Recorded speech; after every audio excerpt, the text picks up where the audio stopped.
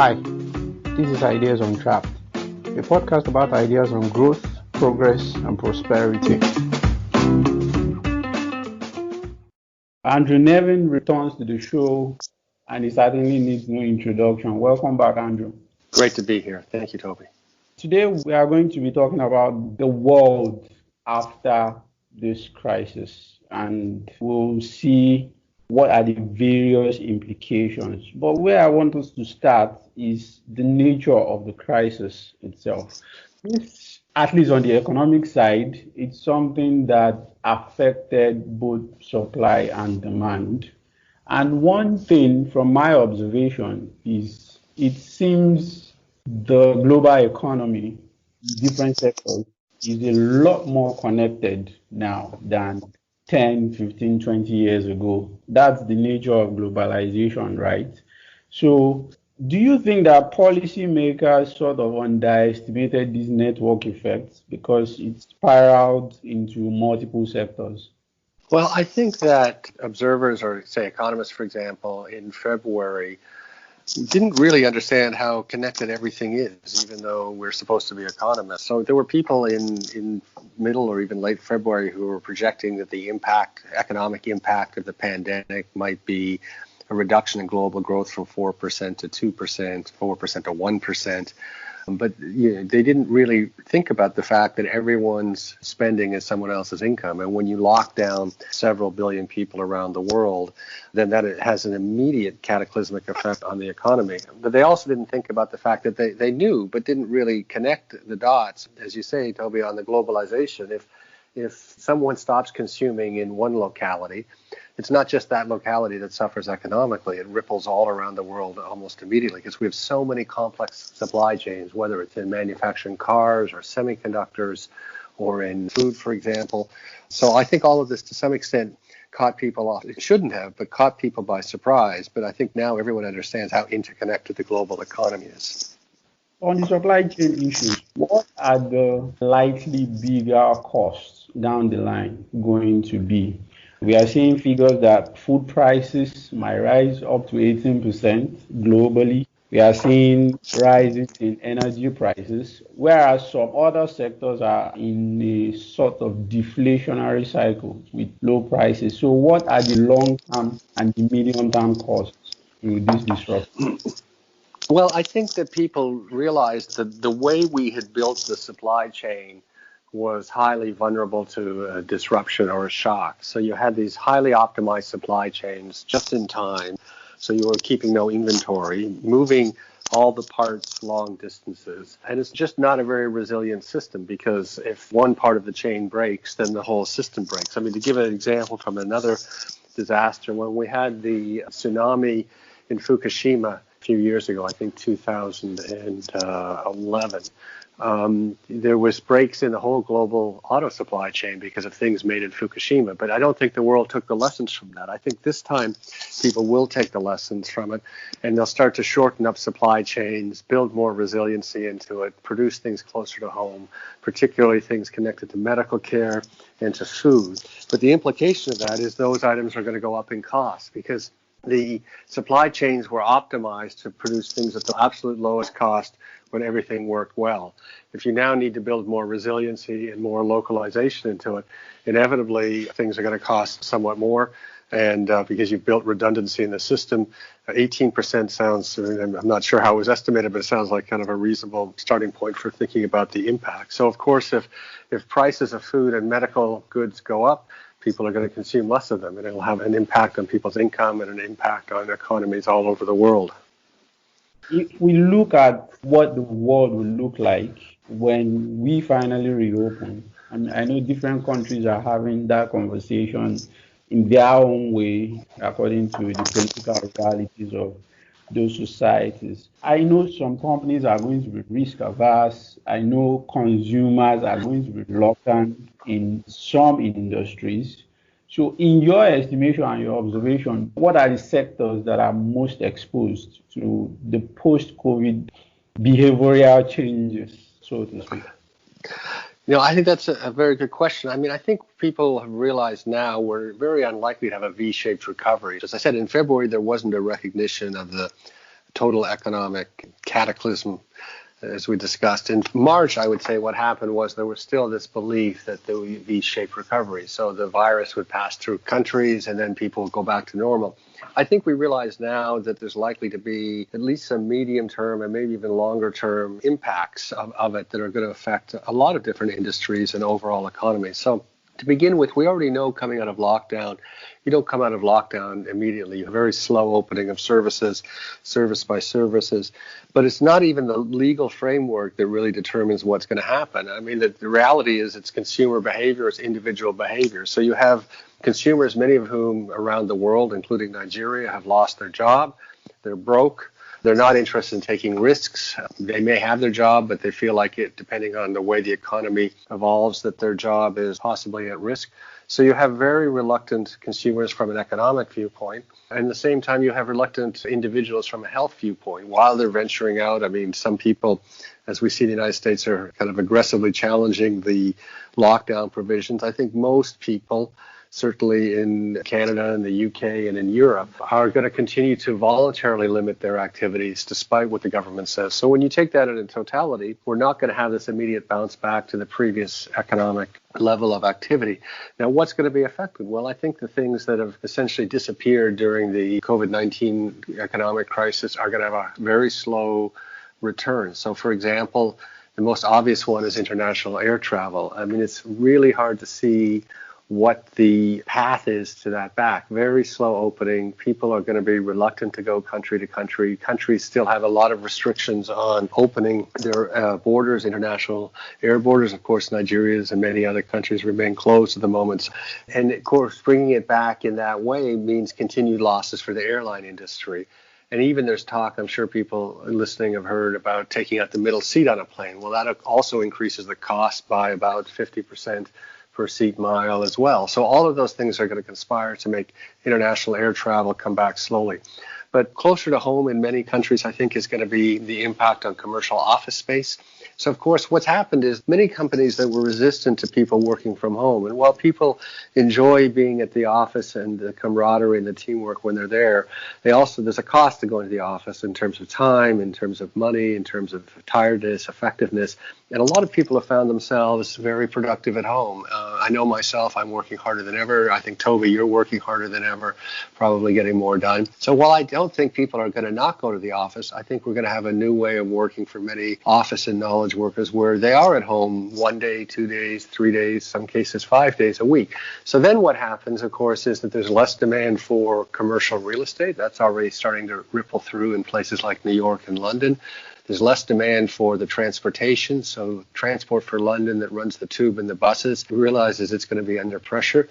There's less demand for the coffee shop that's next to the office. I mean, if you took out, say, 30% of the commute, you would take out 30% of the demand, at least for all of these services.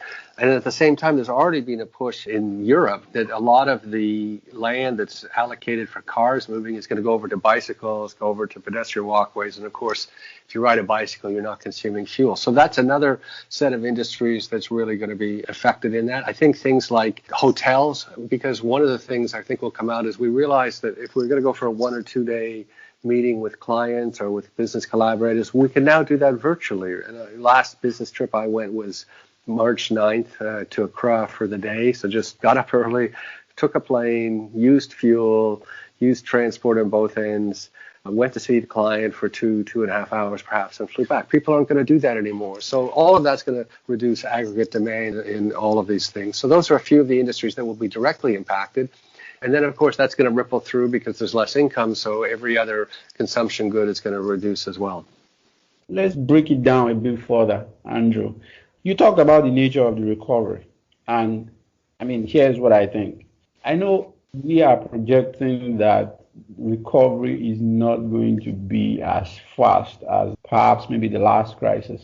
And even that took a while. But isn't that, and here is my sense about that, isn't that going to be about the continued supply restrictions that companies and governments and the regulatory environment are still going to be putting in place to prevent the spread of this virus? Because, I don't know, if we talk about consumer behavior I think there's an old economic theory that identifies that there's a lag in consumers factoring their income into their consumption behavior. And one data point to that was the Yellowstone National Park. The park was reopened and lots of people showed up. And there have been figures about people using parks. And I mean, even in Lagos, on the day of the reopening, everywhere was filled with crowds. So, isn't the slow recovery going to be due to a continuance of the supply side restrictions?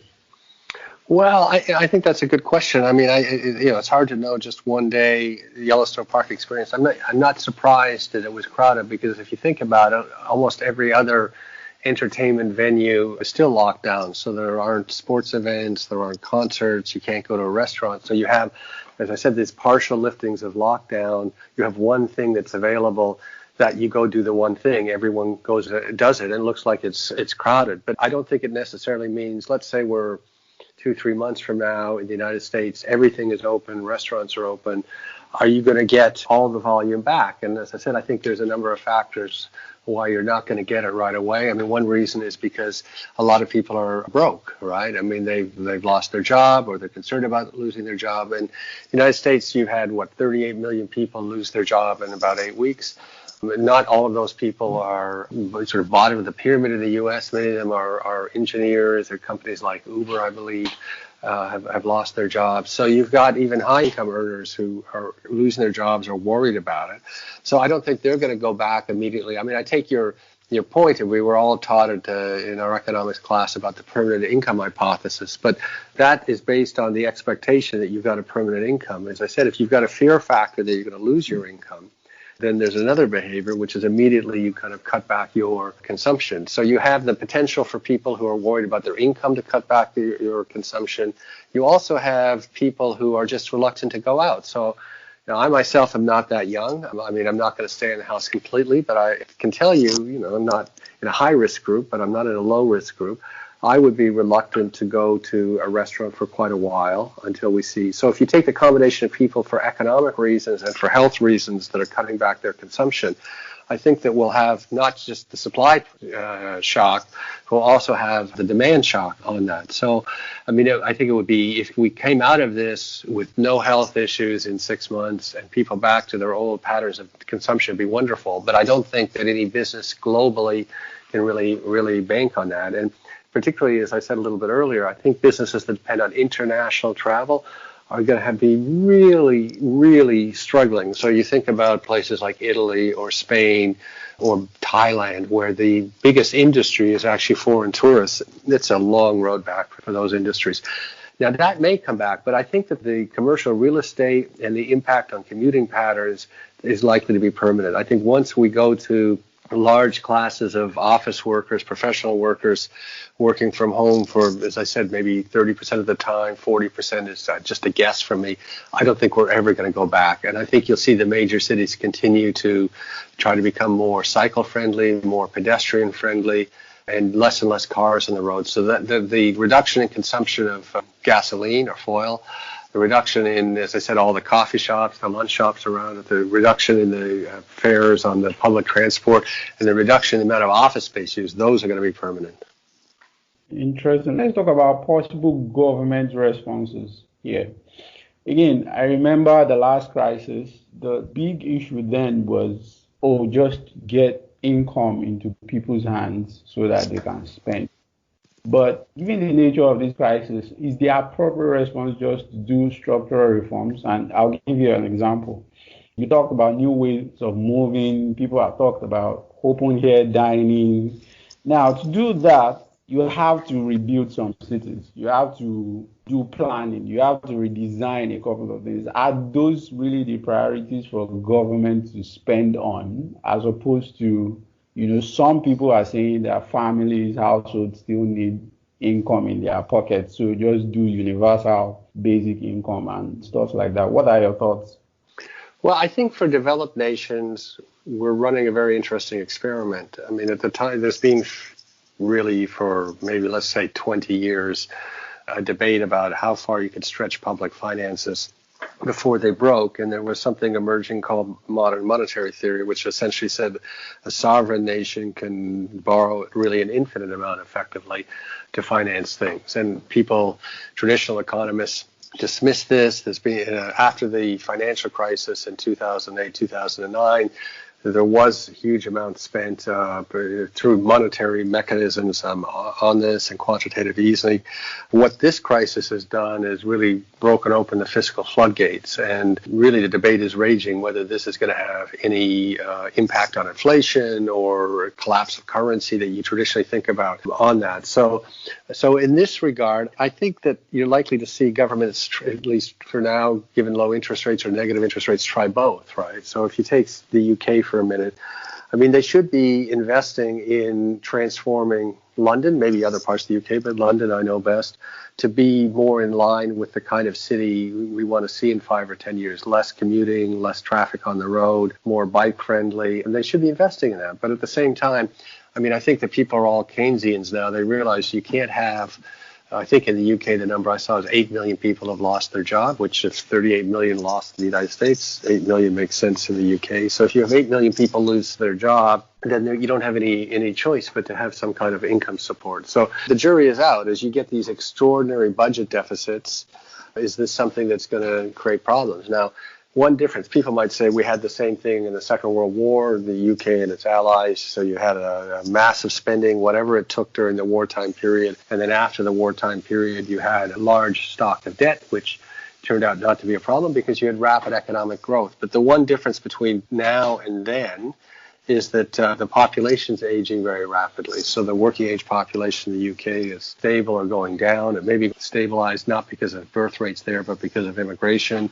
But it's certainly going down in Italy, Spain, Russia, Germany, etc.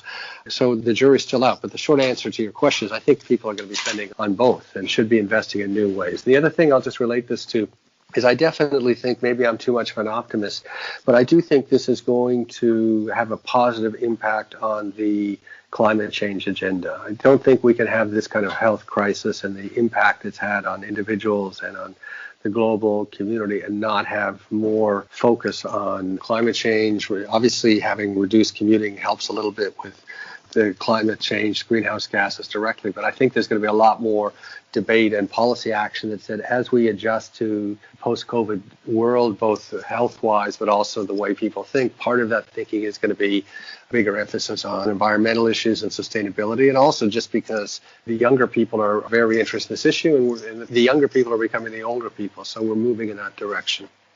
Yeah, I mean, it's interesting you mentioned climate. I've seen some estimates that say that if we comply with various proposals and regulations surrounding climate change, we may see a contraction in global GDP of about 5% by 2050. I mean, given this crisis, and who knows what's going to happen in the future, is that a cost we can bear welfare-wise? Well, it's hard to know what the alternative is. I mean, if you think about the people who are victims of climate change, sub-Saharan Africa is right at the top of the list, right? So you have more unstable climate, so you have less predictable rainfall, so you have lower yields in the crops, you have increased movement of the Sahara Desert south, which, and of course, some people make the claim some of the security issues that we're having in Nigeria have to do with that, and the fact that Lake Chad has shrunk by so much over the years. So in a sense, I'm not sure what the alternative is to addressing this. And what's the point of measuring GDP if it's not helping human welfare? I don't think we're going to have any choice but to address the climate issue. But I think that the difference is that it's going to become even more politically acceptable or mainstream, I think, for the developed economies. I mean, even in the United States, if you actually poll people, leave aside all of the partisan politics at the moment, if you actually poll people, most people consider this an important issue. Most people consider there needs to be something done about it. But you also have, a little bit like COVID-19 in general, you have also individual consumers changing their behavior. So one of the largest contributors to climate problems, of course, is our consumption of meat. So I'm not sure if many people know this, but my understanding is that cows, because they emit greenhouse gases, if cows were a country, they'd be the third largest emitter of greenhouse gases. It's extraordinary, But are we going to reduce our production of meat? There's been no legislation about it, but I think in the UK, something like 25%, please don't quote me in case I'm wrong, but 25% of young people are effectively vegetarians or vegans, which is extraordinary change in a number of years. So no, I mean, I'm not worried that addressing climate change is going to end up damaging the economy. I think not addressing climate change is going to end up damaging the humanity. Okay, still looking at the post-crisis world and how it's going to be, let's talk about inequality. Yeah, working from home has become popular. I imagine it's not going to go away after the crisis. A lot of companies are going to digitize their business models as much as possible. You talked about commercial real estate and how there will be less demand for space. But looking at the way cities work, the agglomeration effect, the movement of tacit knowledge, and how people network, are we not going to see increased inequality? Now, what I mean is this: company executives, highly knowledgeable experts, I mean, they are still going to find ways to meet physically, network, and all that. And a vast number of the workforce will be left out of that for safety reasons, of course. So, are we not going to see increased inequality? Yeah, I think you've hit on a very critical issue coming out of this for all of us. And I think it's fair to say, I mean, there's a common saying, certainly in Canada, everyone knows I'm Canadian, that we're all in this together. But the truth is it's not quite accurate. If you look at what's happened in the lockdown in developed countries, you have well-paid professionals who are now working from home. They're still continuing to get paid. Their spending has gone down, so they've affected other people's income. They find they're more productive and they're not at risk because they're not mixing in the population. So for these sorts of people, the crisis, yes, it's been a serious issue, but for many of them, they're quite comfortable, let's put it that way. Whereas you then have people who in developed countries have essential jobs, which include working food service industry. I think people have seen globally the impact of meatpacking plants, the spread of disease, people that drive trucks, that do deliveries, frontline people like the policemen, people who are transport workers, and they have been disproportionately affected medically by this crisis. Certainly, I can't speak for every European country, but in the United States, it's very, very clear that the predominance of victims are from lower income groups. So we've come into this crisis. We've already got inequality, much higher than decades before within countries. And it doesn't matter whether it's developing or developed. India has a similar problem. China has a similar problem. The UK, US, Nigeria. And all this crisis is done in a way on that issue is exacerbated. So I think as we start to slowly come out of this crisis, I think there's going to have to be a real debate about this issue and whether there's a pushback. I mean, there's obviously been in the West sort of pushback the last few years thinking about income inequality. I mean, the headlines around the total wealth controlled by billionaires, for example, the 1% movement, things like that. So there has been more and more debate about what kind of society do we want. I think that coming out of COVID-19, we're going to find in the developed Western economies, this debate really comes to the fore. And I actually, this one I'm less certain about than climate change. I don't know which way it's going to go. I hope it goes in a way that we adopt policies that address income inequality in a more progressive way in the West, in the developed part of the West. For Nigeria, I think the situation is a bit different. I do think that I hope we come out of this with more of a measurement. Sometimes we kind of celebrate GDP, even if incomes are highly unequal or getting more unequal. So what's the point of having GDP growth if all of the GDP growth is going, in the Nigerian context, the top 5% or the top 1% or the top 0.01%? What I hope is that we have more of a debate around measuring around sustainable development goals. So those, to me, really capture what is important for a nation like Nigeria. And that's what we should be measuring, not so much the GDP growth. So I think we could have slower GDP growth or even stop measuring to take an extreme view on it. But as long as we were having, reduction in poverty, good education, clean water and sanitation, life under the ocean, livable cities, all of those things that make up the Sustainable Development Goals, that's what we should focus on. But as I said, it's just a wish on my part that coming out of this crisis that we're more focused on having well-being better distributed in every country around the world. Yeah, it's interesting you mentioned that idea because I just mentioned you in a Twitter thread around that discussion. So let me push you a bit on that point. Is GDP really incompatible with these measures? That's one. Secondly, is it really possible to have these targets or go after these targets policy wise without a sustained and fast GDP growth the same way East Asia had? No, I think that's a very good question, and I think that let's say for Nigeria for a moment, I think that we need to have GDP growth in Nigeria. I mean, we need. I guess the way I would put it is, and we've said for years we need to grow at least 6 to 8%. I'd like even higher to alleviate poverty. Of course, this morning I believe I'm not sure why they did it on a holiday in Nigeria, but the National Bureau of Statistics announced that the growth rate for Q1 was about 1.9% annualized.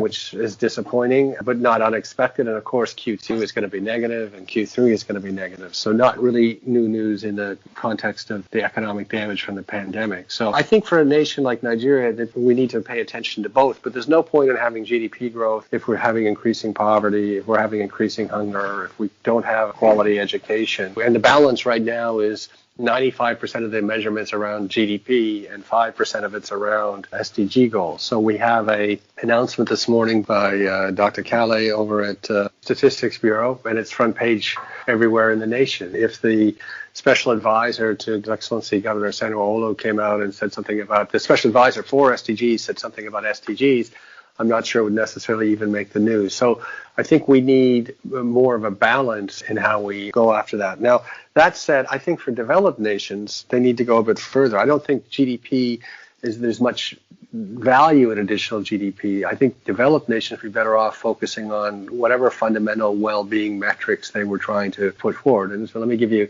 a simple example. So in the U.S., GDP per capita is $62,000 a year, if I remember right.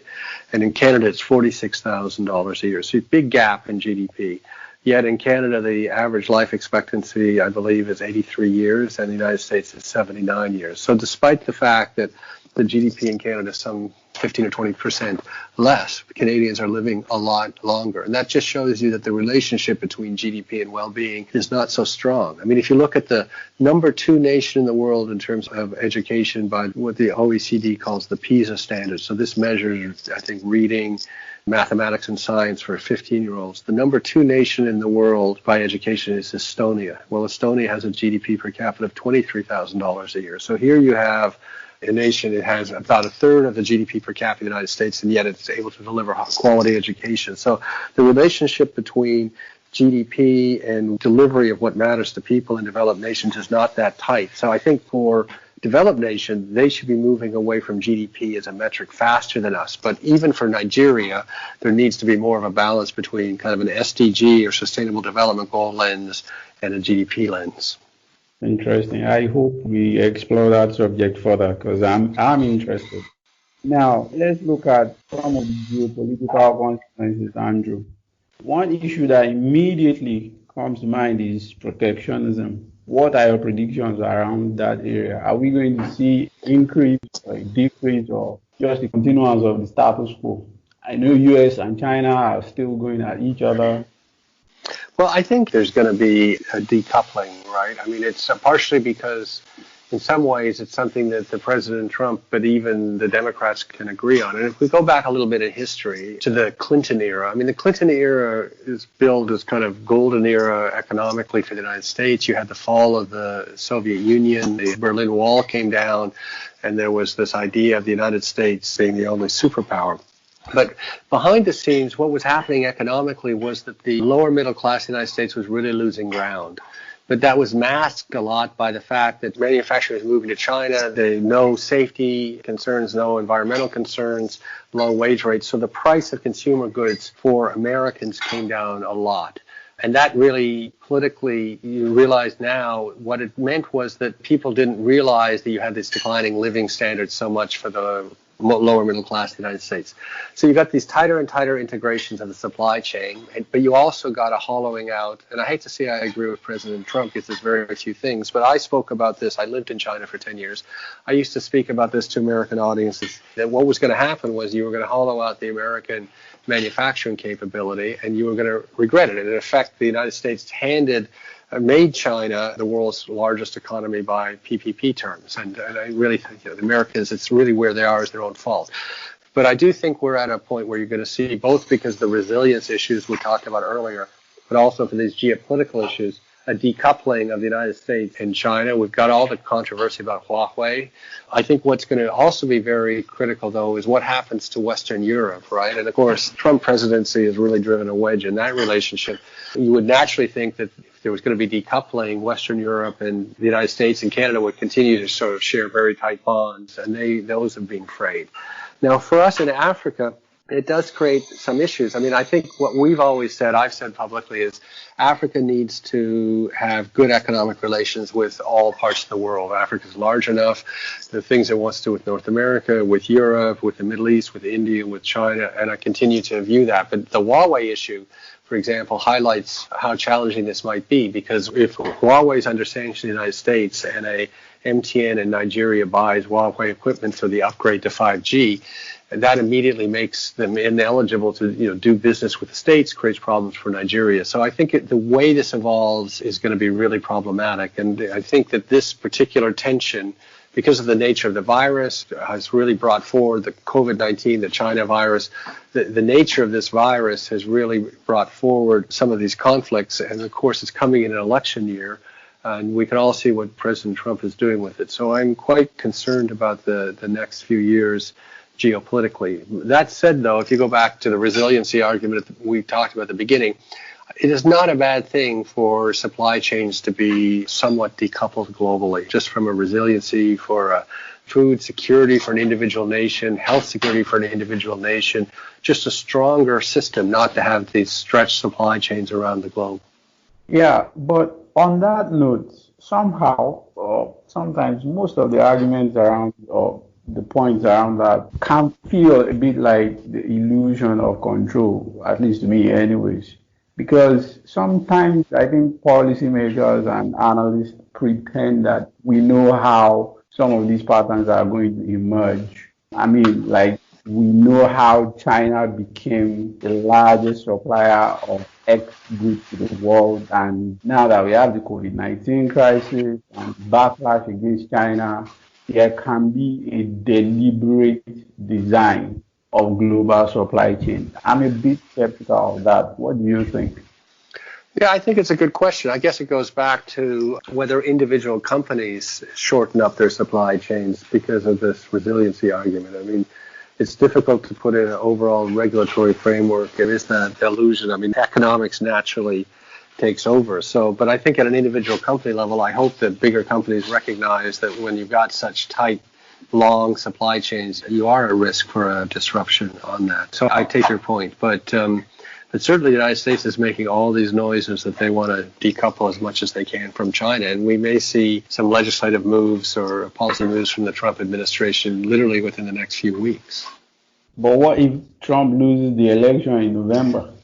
Well, as I said, I think this is one issue where there's some alignment, right? Because, I mean, the Democrats didn't do a great job of actualizing it, but in theory, they should be wanting to see the incomes of the lower middle class go up in the United States. And if you force manufacturing back, even if it's at a higher cost in the United States, you may have some loss of income in the upper incomes, but some gain of income in the bottom of the American pyramid, I'll say. So I could see this being one policy that if it was President Biden, that he doesn't necessarily reverse.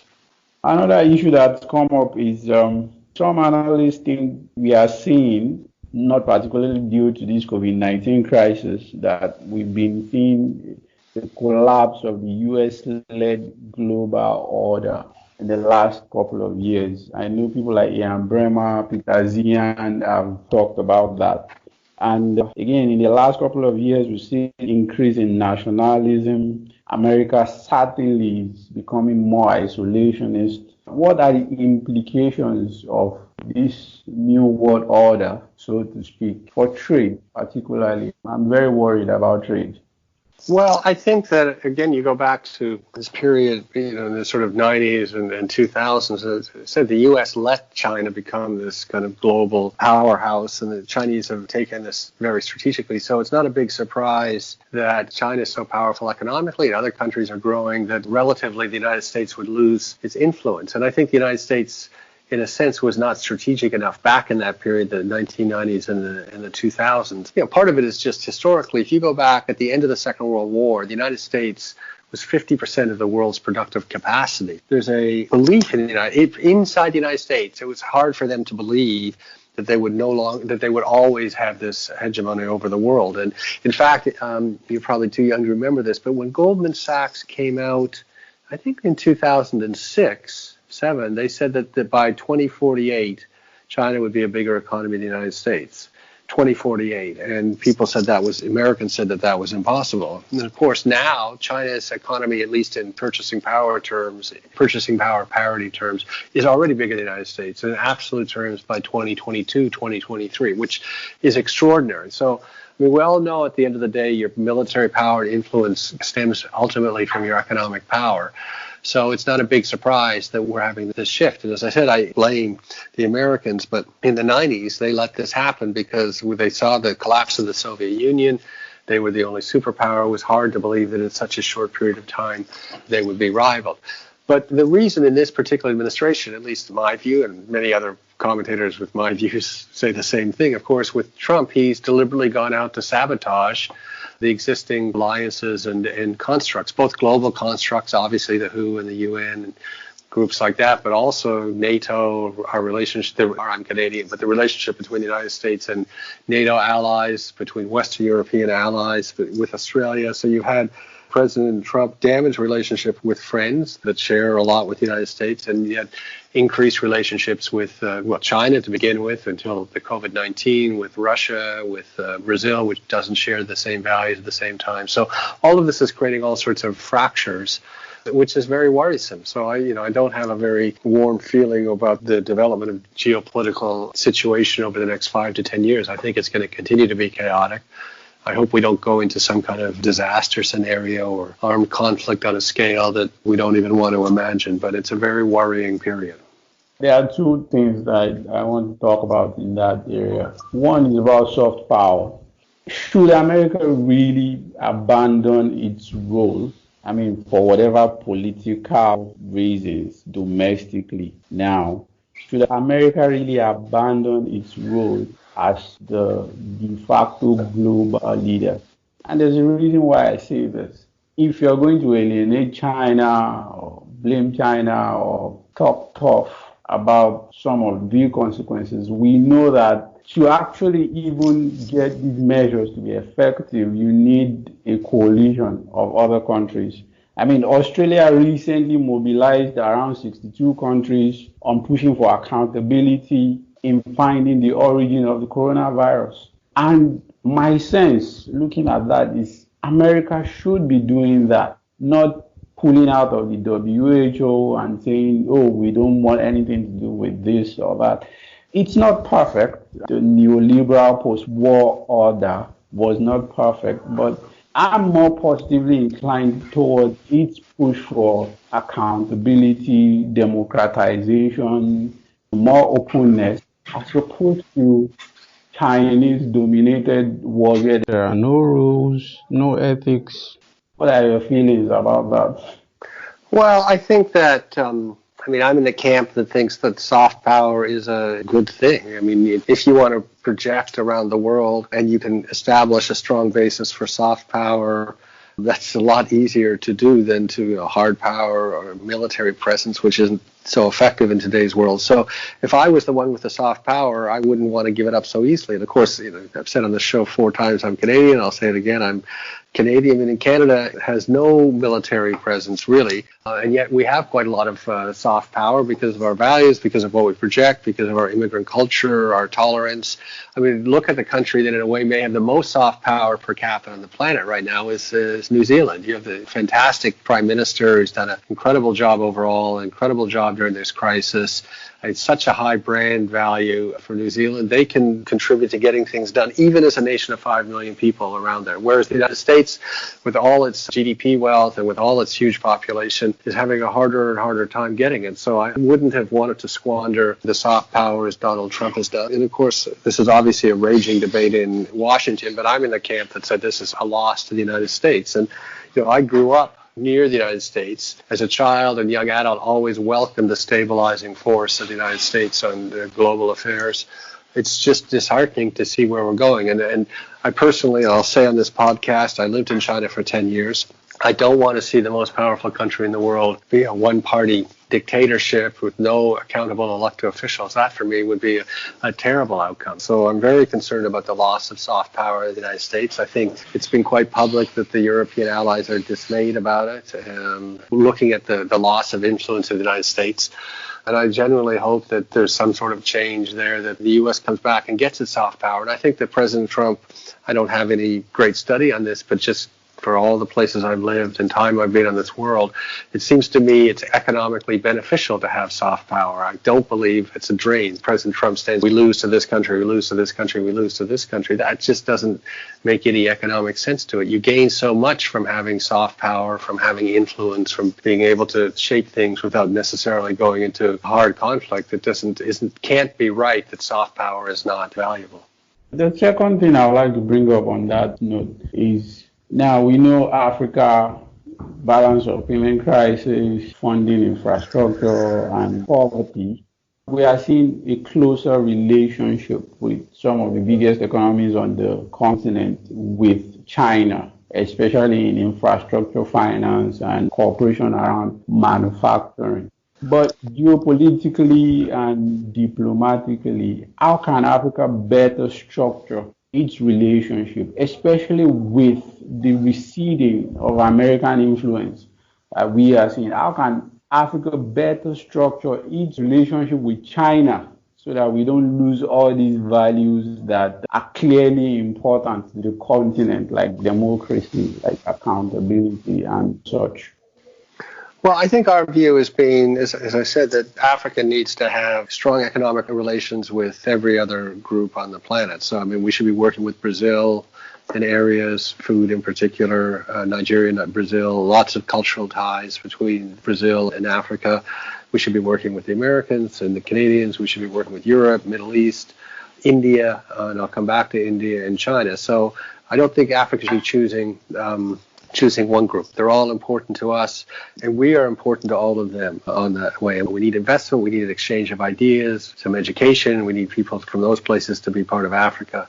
So I don't want to have China dominate kind of the infrastructure investment. And we all know we don't need to dwell here on the problems and the challenges of the Chinese doing business in Africa. But I think the best way, in our view, for Africa to be strong in this environment is to be united. I mean, one of the things that's benefited outsiders is you have 54 countries. Nigeria is not in this case, but some of the countries are so small it's difficult to have capacity to deal with a large power in terms of an infrastructure project or contracting or skill levels. And I think so for us, the AFCFTA was always a way of taking that step to being more integrated, and the intra-Africa trade is critical, but it's also projecting to the outside world. I mean, all of a sudden, if you've got all of Africa working together under AFCFTA, we become the world's biggest economic bloc, at least in terms of number of people. So bigger than the EU, obviously bigger than China, bigger than India. Not yet in GDP, because it's still the EU, but it won't take much growth if we unlock it to then become the biggest in terms of GDP. And of course, I said before, GDP is not always the best measure, but in this case, it gives that economic weight. So while we continue to kind of work as separate countries, I don't think we're going to be able to get the right relationship with other parts of the world. But with AFCFTA and increasing kind of economic integration, I think Africa will be stronger. That's our view. And of course, the Africa Union, we need to remember this is a very long-term project. So sometimes people will ask me in the press, what should we be doing about AFCFTA this year? And I'm like, well, I don't think it's going to have a huge impact. I mean, this was signed in 2013. It was part of a 50-year project by the Africa Union, and this is one step in that journey. So we need to continue to push those steps. But in a decade, I think you'll see a transformation in kind of intra-Africa, everything, commerce, investment, social patterns, but then also the projection of Africa in the outside world. So I think we need to work on that integration to be able to show the outside world we're one strong, united Africa. But remember, soon we'll have 2 billion people. As I said, we will be the biggest economic bloc on the planet if it's done properly. Yeah, that's interesting. Thank you so much, Andrew. Thank you, Toby. It's always a great pleasure. You can subscribe to the podcast and newsletter on untrapped.substack.com. Untrapped.substack.com. Thank you. Until next time.